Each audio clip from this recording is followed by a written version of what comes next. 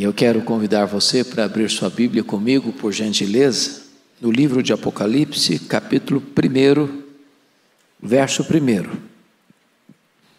Apocalipse, capítulo 1, verso 1 e verso 2 também.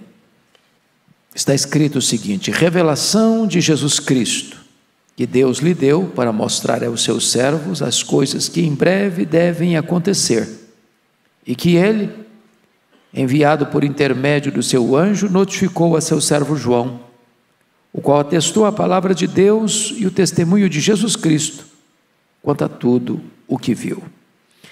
Irmãos, hoje eu não vou pregar um sermão, hoje eu vou dar um estudo, uma espécie de aula. Meu propósito hoje é conversar com vocês sobre este último livro da Bíblia, fazer uma espécie de esboço, uma visão panorâmica. E eu queria começar fazendo uma pergunta: quantos aqui já leram o livro de Apocalipse? Quantos? Ok? A grande maioria? Graças a Deus. Este livro tem sido um livro temido por alguns. Tem gente que tem medo de ler Apocalipse, porque acha um livro complicado, um livro enigmático, cheio de símbolos e até misterioso. Então fogem dele. Outros abordam o livro de maneira tão enigmática que diz o seguinte: não, eu não vou ler esse livro porque fala de tragédia, e eu estou fugindo de tragédia, já basta a vida real, que eu estou vendo aqui e agora, não quero atrair mais tragédia para me trazer mais angústia e dor. E as pessoas então fogem do livro. Mas Apocalipse não tem nada a ver nem com coisa enigmática e nem com tragédia. Apocalipse, eu diria para vocês, que é a mais clara e eloquente filosofia de história que nós temos registrada. Apocalipse trata de um plano de Deus que é eterno, que é vitorioso, que ninguém pode frustrar, e que Deus está sentado no trono, que o Cordeiro tem o livro da história nas mãos, e ele venceu para abrir os selos deste livro, desatar esses selos e colocar a história nos trilhos e conduzi-la à sua consumação. Então, se tem um livro encorajador, é Apocalipse. Se tem um livro que traz esperança, é Apocalipse. Se tem um livro que traz segurança para o crente, é Apocalipse. Se tem um livro que bota o crente para cima, é Apocalipse. Bom, eu compreendo que ao longo da história nós tivemos 3 vertentes de interpretação, e é preciso escolher uma, para você não ficar perdido no meio do caminho. Então existe a posição que nós chamamos de preterista, pretérito passado. São aqueles que olham para o livro e dizem o seguinte: não, esse livro foi escrito lá para aquele tempo, que a igreja estava sendo perseguida pelos imperadores romanos. Então você tem o relato de muitos imperadores romanos: Júlio César, César Augusto, Tibério César, Calígula, Cláudio, Nero, Tito Flávio, Domiciano, Galba. E depois vieram os outros que continuaram a perseguição, mas enquanto João estava vivo, esses governaram. Então o livro é uma descrição daquele problema daquela época, foi escrito para aquela época, passou aquela época, o livro não tem mais relevância histórica. Nós não pensamos assim. A outra vertente, que está no outro lado, é a futurista, que diz: não, esse livro só tem elementos históricos nos capítulos 1, 2 e 3. A partir do 4 é o que vai acontecer lá no final, lá no finalzinho. Então também essa posição não faz justiça ao livro, porque limita-o apenas a um tempo específico, que é o fim do fim. Qual é a linha que nós vamos seguir? É a linha histórica. E o que é a linha histórica? É a linha que diz que o livro foi escrito para aquele tempo, de fato foi escrito para aquele tempo, para confortar a igreja que estava sendo torturada, massacrada, martirizada. Mas esse livro, ele é oportuno, ele é útil e ele é contemporâneo ao longo da história da igreja. Porém, que descreve com cores mais vivas e eloquentes os fatos que hão de anteceder de fato a segunda vinda de Cristo. Então ele foi um livro oportuno e pertinente para o passado, ele é um livro atual e oportuno para hoje, e é um livro que aponta o fim, descrevendo a vitória completa e cabal de Cristo Jesus. Bom, dito isto, ainda à guisa de introdução é preciso dizer outras coisas. Há 4 linhas de interpretação do livro que nós conhecemos muito bem.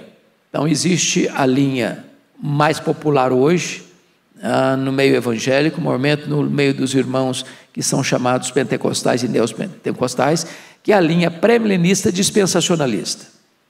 Esta linha vem de John Nelson Darby, um inglês que nasceu em 1800, e ela vem se tornando muito popular nos nossos dias, maiormente por causa das obras de Hal Lindsey, Chamada da Meia-Noite, de Vim Malgo, Deixados para Trás, de Tim LaHaye, e a ideia de que a igreja, a segunda vinda de Cristo se dará em 2 turnos, um arrebatamento secreto, depois uma grande tribulação, depois então uma segunda vinda visível, que vai ter várias ressurreições, que Israel é coisa completamente diferente de igreja, que a igreja é apenas um parênteses na história, e que depois que a igreja for então arrebatada, volta toda a atenção para Israel. Essa é uma linha muito popular e muito concorrida.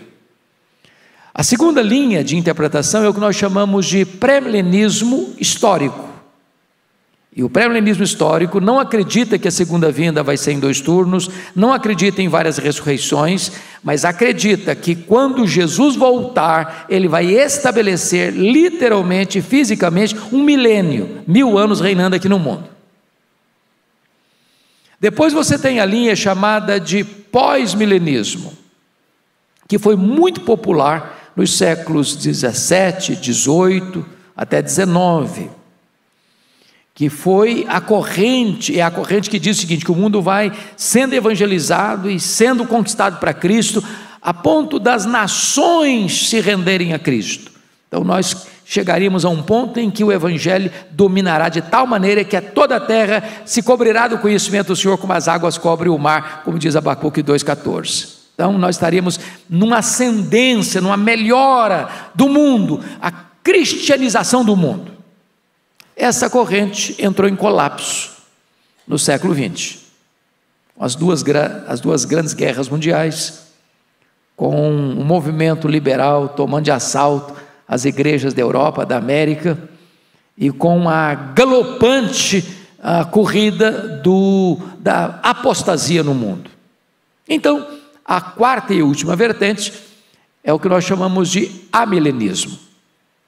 E a corrente amilenista não talvez fosse bem compreendida, porque o prefixo a é um prefixo de negação, e o amilenismo não nega a existência do milênio, mas interpreta o milênio não como literal, mas como simbólico, entendendo que o milênio é o período que compreende da primeira à segunda vinda de Cristo, que a segunda vinda de Cristo é única, que a segunda vinda de Cristo será visível, entendendo que quando Jesus voltar, a história fecha suas cortinas, e imediatamente Jesus volta, os mortos ressuscitam, os vivos serão transformados, e entra então a grande cena do juízo final, e então haverá novos céus, nova terra, e os condenados irão para a condenação eterna.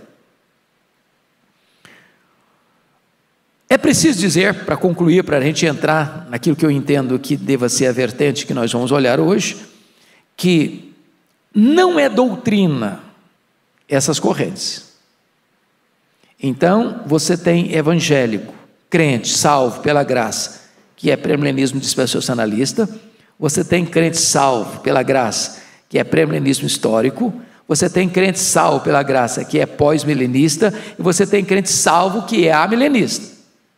Então, ninguém pode dizer, não, se você é da corrente A, ou da corrente B, ou da corrente C, ou da corrente D, então você não é crente. Não, de forma nenhuma.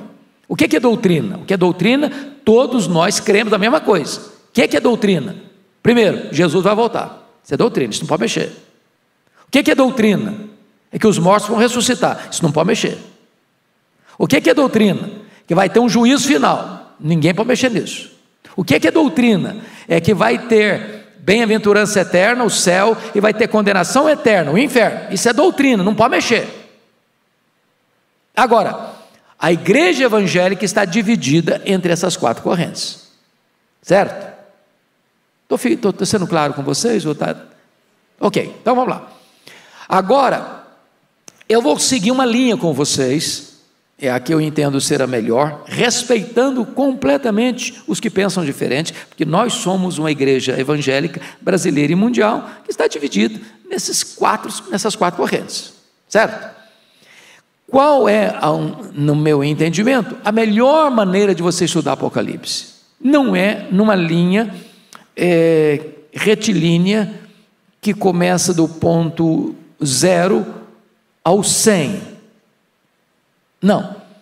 O que eu entendo deste livro, e a melhor maneira de entender esse livro, é que o livro de Apocalipse, deve ser interpretado com aquilo que foi chamado por William Hendrickson das seções paralelas e progressivas.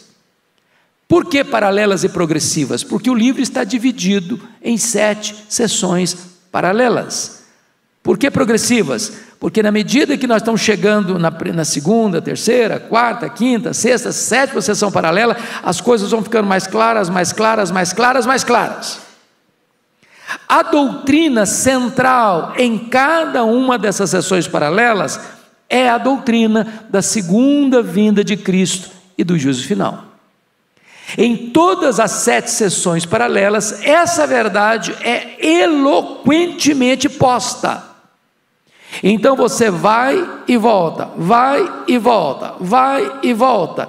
Cada sessão paralela dessa compreende o período inteiro, da primeira à segunda vinda de Cristo. Certo?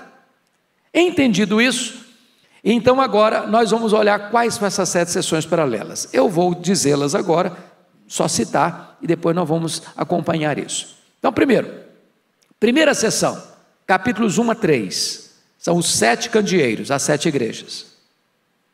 Segunda sessão paralela, capítulos 4 a 7, os 7 selos.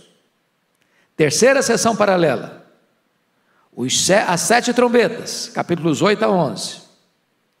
Quarta sessão paralela, capítulos 12 a 14, o levantamento do quarteto do mal, capítulo 12, o dragão, capítulo 13, o anticristo e o falso profeta, capítulo 14, a grande Babilônia.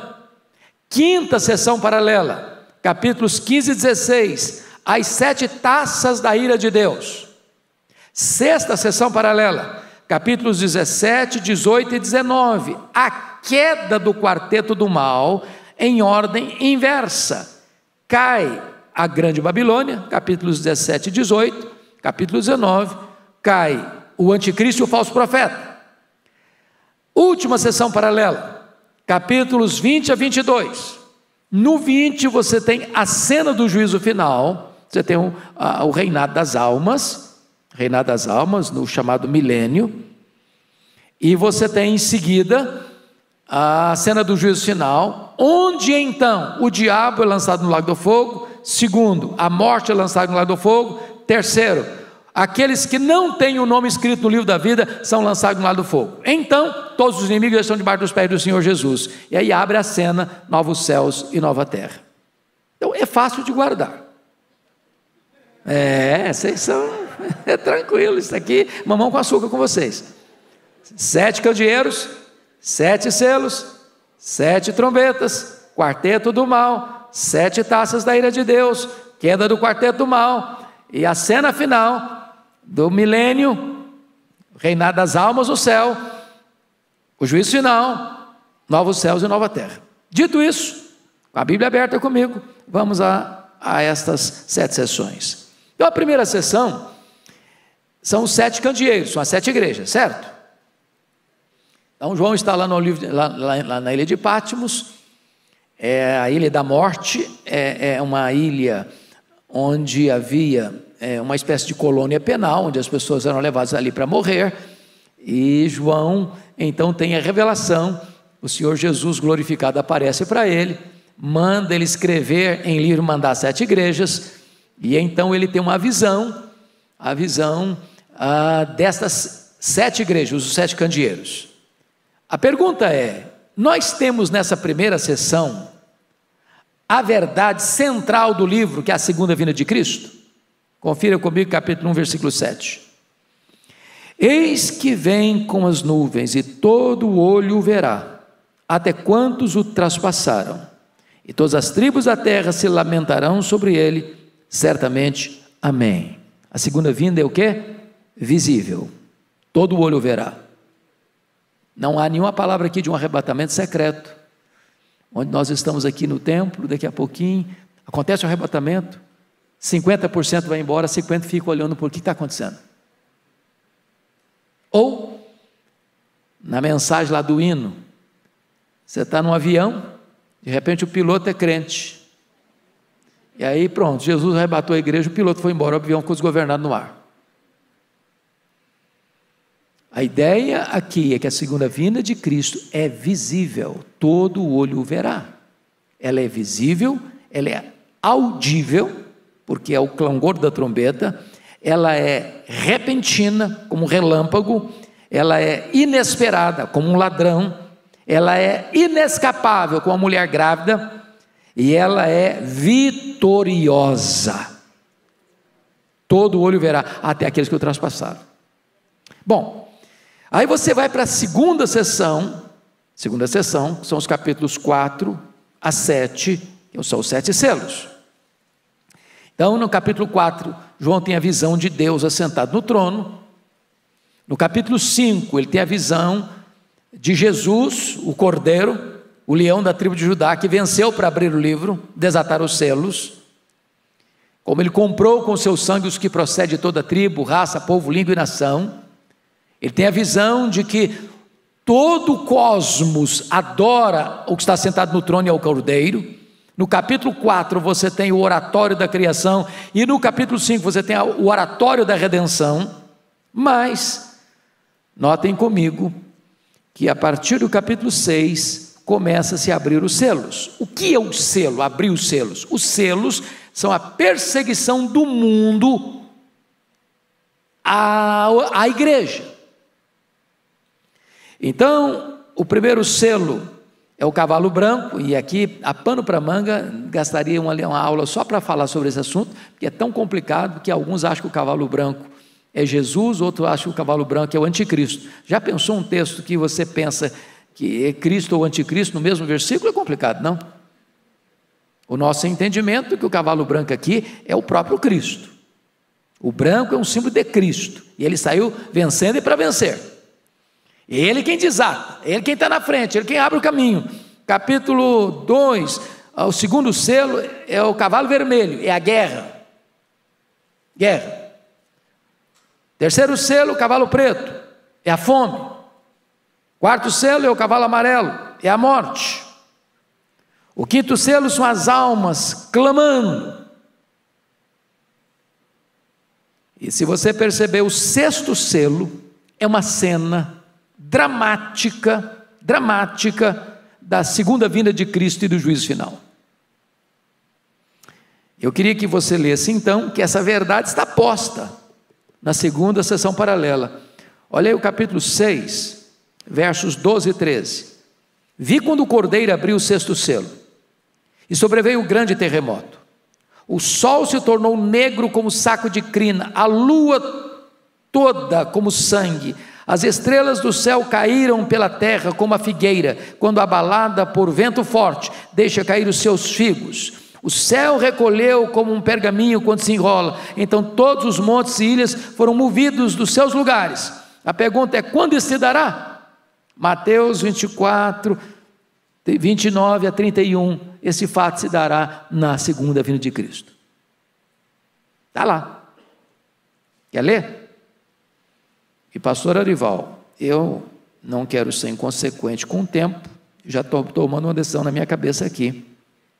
Nós vamos até onde puder ir hoje, e vocês me façam o favor de voltar na próxima segunda-feira. Porque não seria elegante nem bom para vocês eu passar assim, igual gato passa em cima de brasa, porque eu acho que é preciso compreender essa mensagem. Então confira comigo lá, capítulo 24,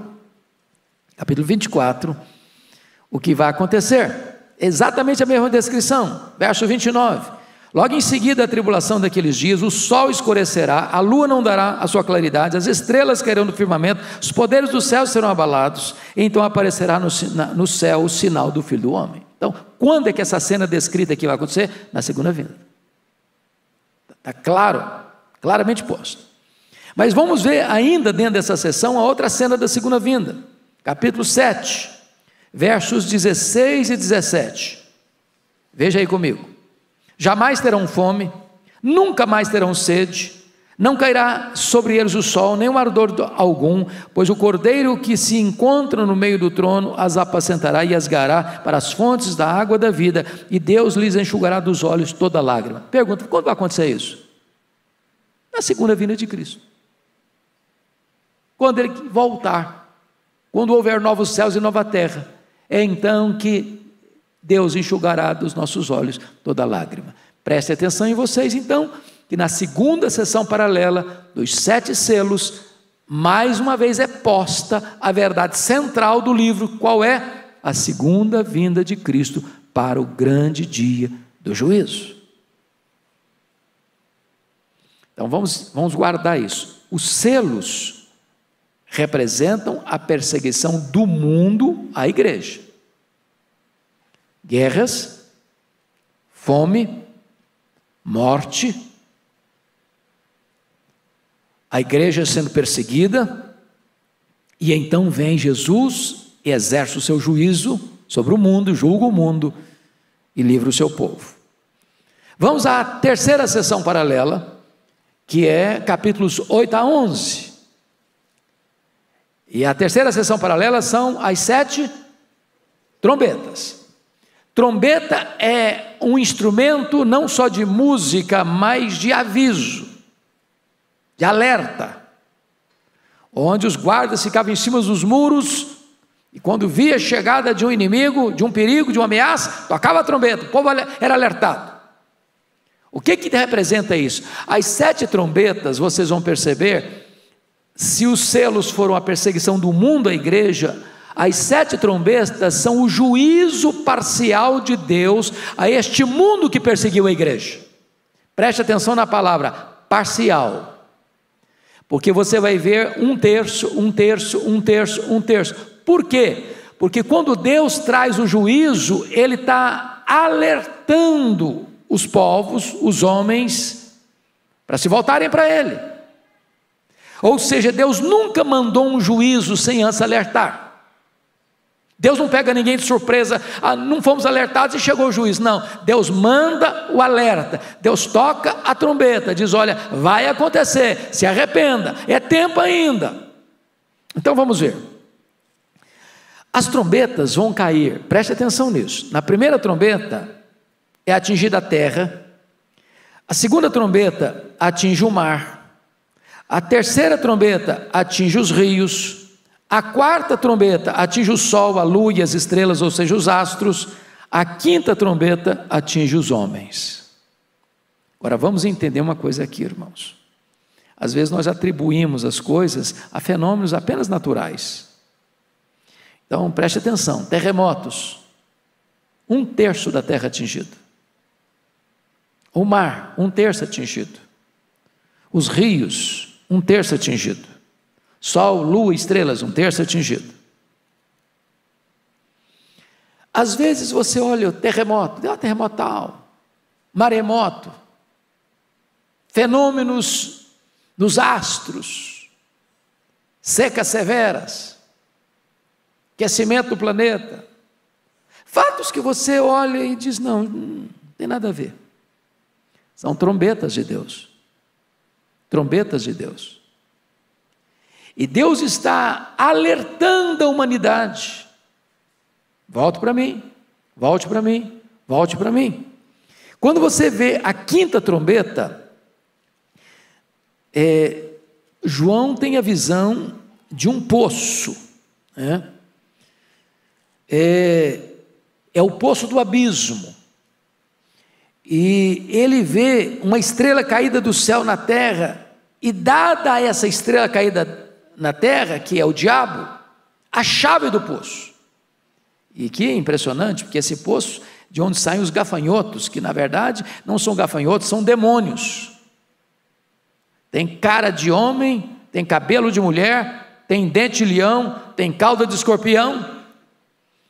E esses demônios foram enviados não para destruir a vegetação, mas para atormentar os homens. Os homens não vão morrer, eles vão ser atormentados. E é muito curioso isso, porque a descrição que ele faz, o livro de Apocalipse é um livro simbólico, não dá para você desenhar isso. Se você for botar um desenho assim, cabeça de homem, aliás, não é isso não, aspecto dos gafanhotos era semelhante a cavalos preparados para a peleja na sua cabeça. Então, cabeça de cavalo, rosto de homem, cabelo de mulher, dente de leão, couraça de ferro, cauda como escorpião. Bota isso num desenho, só vira um bicho muito esquisito, né? Mas essa não é a ideia. A ideia é que esses demônios, esses seres malignos que saem desse abismo, eles têm todas essas características. Que características? Rosto de homem, inteligência. Cabelo de mulher, dentro dos cultos pagãos da época, sedução sexual. Dente de leão, destruição. Couraça de ferro, eles são irresistíveis. Qual o papel deles? Atormentar os homens. Vocês acham que nós vivemos numa população mundial atormentada? Desesperada? Vazia existencial? Angústia?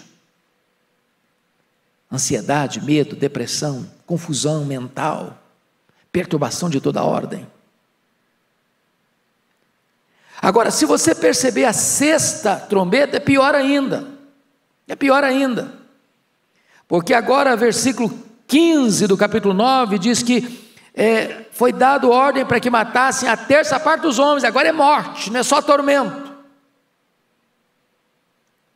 O que Deus está fazendo? Deus está exercendo o seu juízo parcial, porque é um terço, ao mundo que perseguiu a igreja.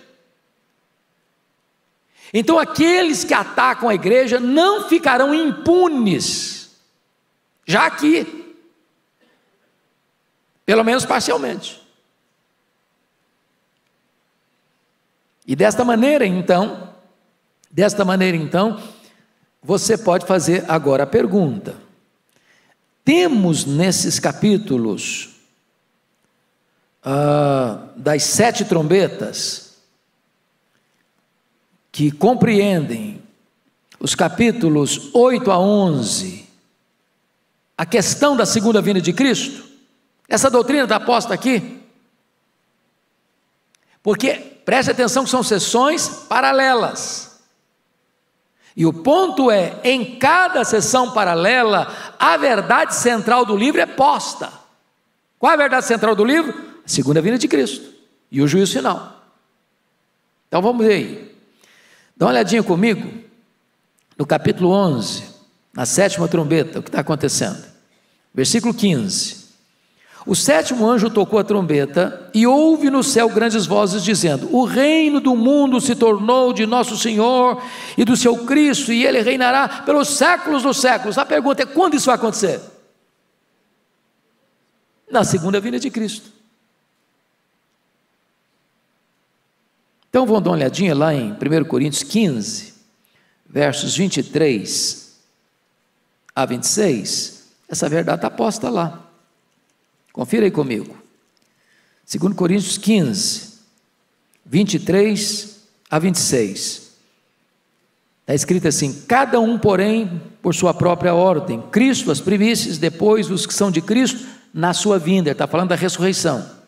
E então virá o fim, quando ele entregar o reino ao Deus e Pai, quando houver destruído todo principado, bem como potestades e poder, porque convém que ele reine até que haja posto todos os inimigos debaixo dos pés. O último inimigo a ser destruído é a morte. Então ele está aqui nessa sessão, mais uma vez, pontuando, enfatizando a mesma doutrina central, a segunda vinda de Cristo.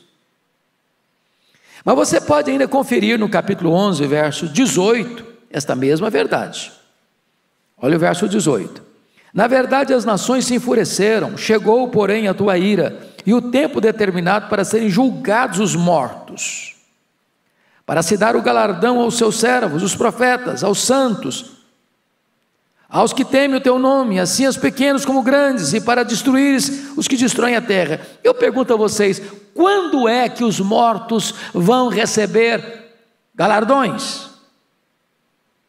Quando eles serão julgados para receber os galardões? Na segunda vinda de Cristo. Como é que você sabe disso? Olha lá comigo, 1 Coríntios 3. Então vá lá comigo, por favor. 1 Coríntios 3, a partir do verso 11.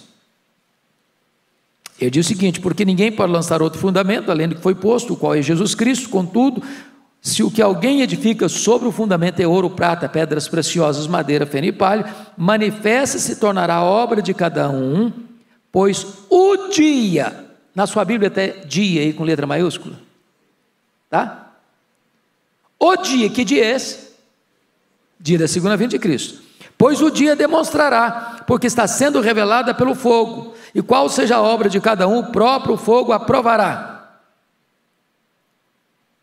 Veja você no verso 15: se a obra de alguém se queimar, sofrerá ele dano, mas esse mesmo será salvo, todavia, como que através do fogo.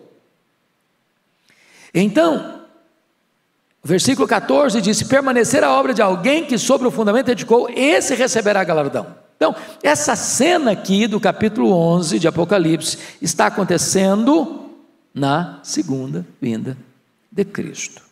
Está claro isso, irmãos? Então, vamos ficar por aqui? Quem topa voltar segunda-feira? Eu preciso de vocês aqui, traga mais gente. Aí segunda-feira que vem a gente termina essa exposição a partir do capítulo 12, tá? A quarta sessão paralela. Deus abençoe a todos.